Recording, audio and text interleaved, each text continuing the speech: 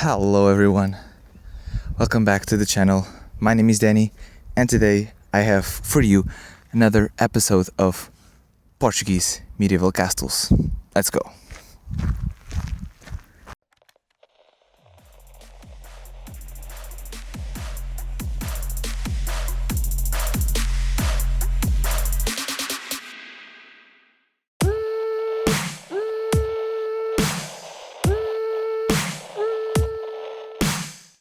Hello everyone. If you're new here and you don't know who I am, my name is Danny. In this channel I do a lot of explorations, traveling, medieval castles in Portugal, and today I have this castle for you, medieval Portuguese castle, and it's called Castelo de Celorico da Beira. It's one of the first to be built in Portugal back in the 12th century. It's a small castle, but the view is gorgeous. I'm gonna tell you the story, the legend of this castle, but to understand the legend and story, you have to see the video that I posted of the medieval castle before this one. I will put an annotation. It's in this corner. I think it's in this corner. I pray to God it's in this corner. I never know which corner it is, because these two castles have a similar history, almost the same history, and they could not exist without one another. They were built around the biggest mountain in Portugal, which is called Serra da Estrela. From here you only see half of it. It's ginormous, it's really long, and if you see the other castle you can see a little bit of the mountain, so check that video out. Now let's start with the story of Celorico da Beira.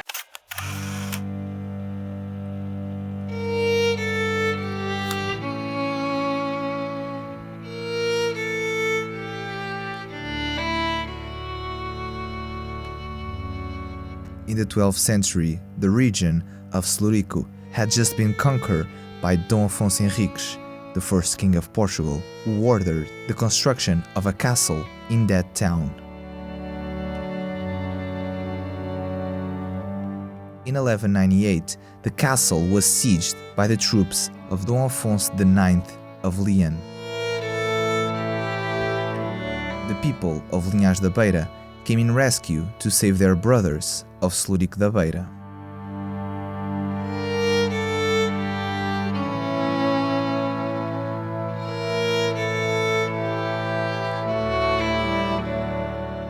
Years passed and the castle had defense expansions and improvement of the troops, but that didn't stop Castilian troops to siege and assault the castle in 1385. During the monarchic crisis of Portugal.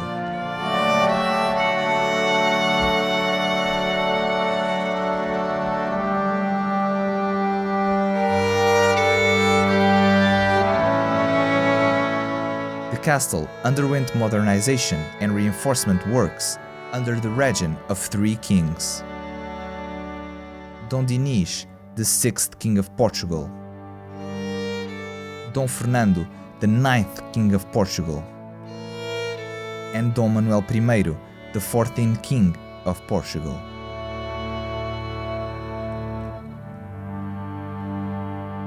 The castle passed through the hands of the most diverse Portuguese noble families, having as its last owner the municipality of Celorico da Beira.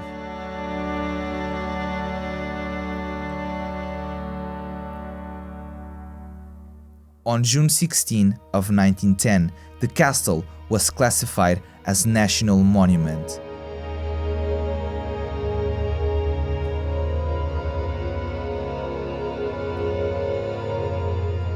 With an irregular oval floor plan, the castle features elements of Romanesque and Gothic style.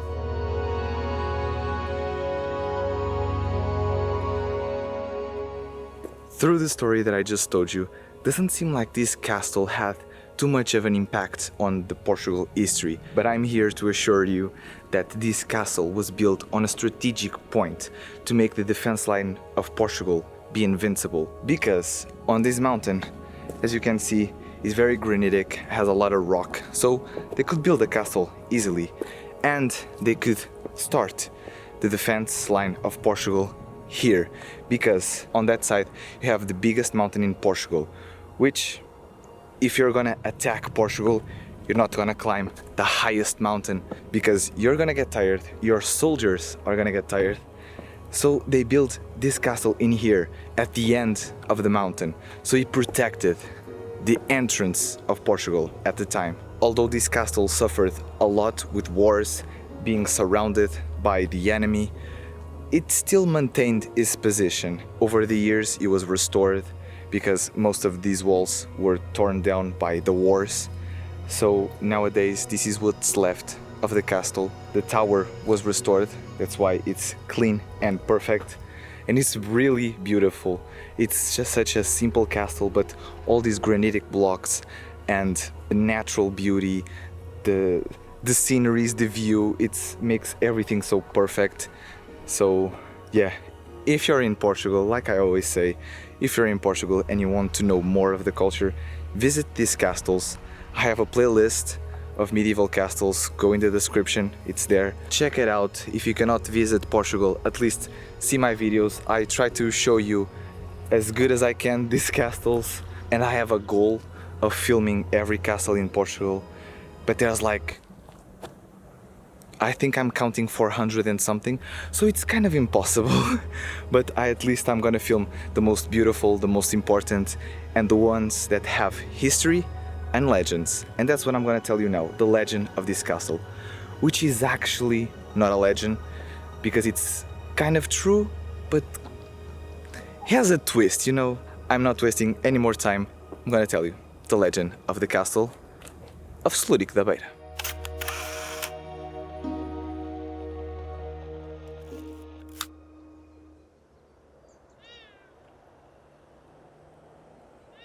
When Dom Afonso, Count of Bologna, after the deposition of the king Dom Sancho II, surrounded the castle of Celorico da Beira, demanding the surrender of its mayor, Fernão Rodrigues Pacheco, received from him an answer that he obeyed no other lord than his king, from whose hands he had received the tenant of that force. The count and his army tried well by the force of arms to convince him to surrender the castle, but their insistence was useless.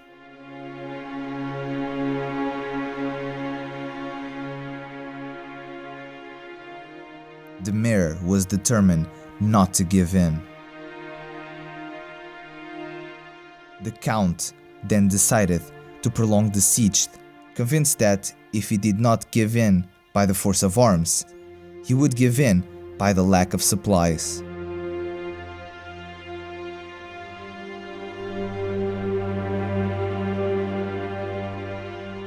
The days passed, and the besieged did not show signs of giving in, which was already disespairing the besiegers.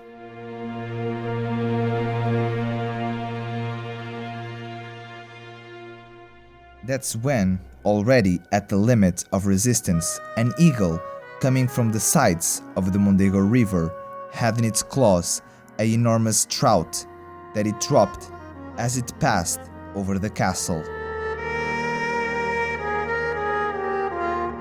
The mayor did not hesitate, and as hungry as everyone was, he had the trout stewed and sent it as a present to the count, with a warning. We are as supplied with men as we are with food here. If you want to continue the siege, then continue. Our meals will be enough for us and for you. The Count of Bologna, in the face of this, thought it was foolish to continue the siege. He took his army and left.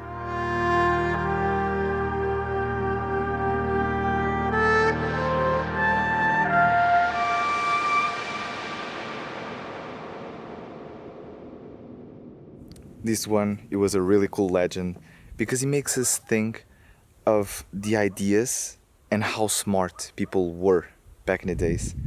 I really enjoy this legend and the castle The castle is beautiful, magnificent, surrounded by beautiful views in the middle of a small town. I really love these type of structures. You guys know that I love medieval stuff. A few things to note: if you're visiting this castle, you don't pay to get in. Literally, the castle is open 24/7, but the tower is closed. It opens at 10 a.m. and I think closes at 5 p.m. I'm not sure, but you don't pay anything to go into the tower. Wait, one more thing that I forgot to say.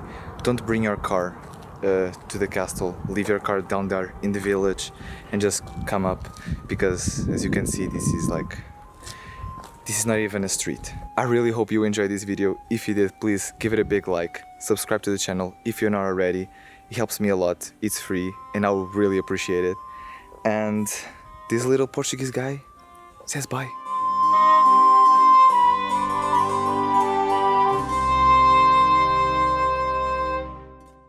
My name is Danny, and today it's another episode.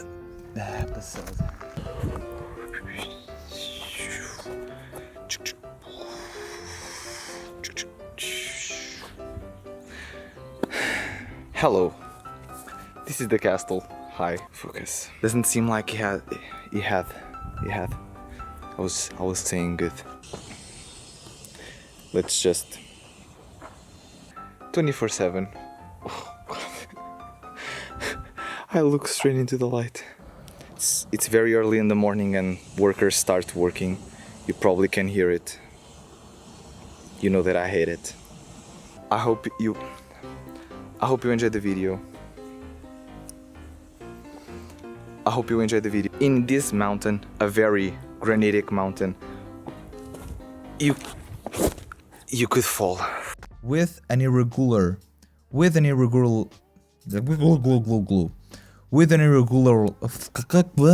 Jesus.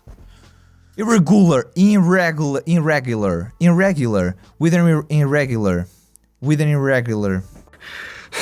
Not funny. He was funny.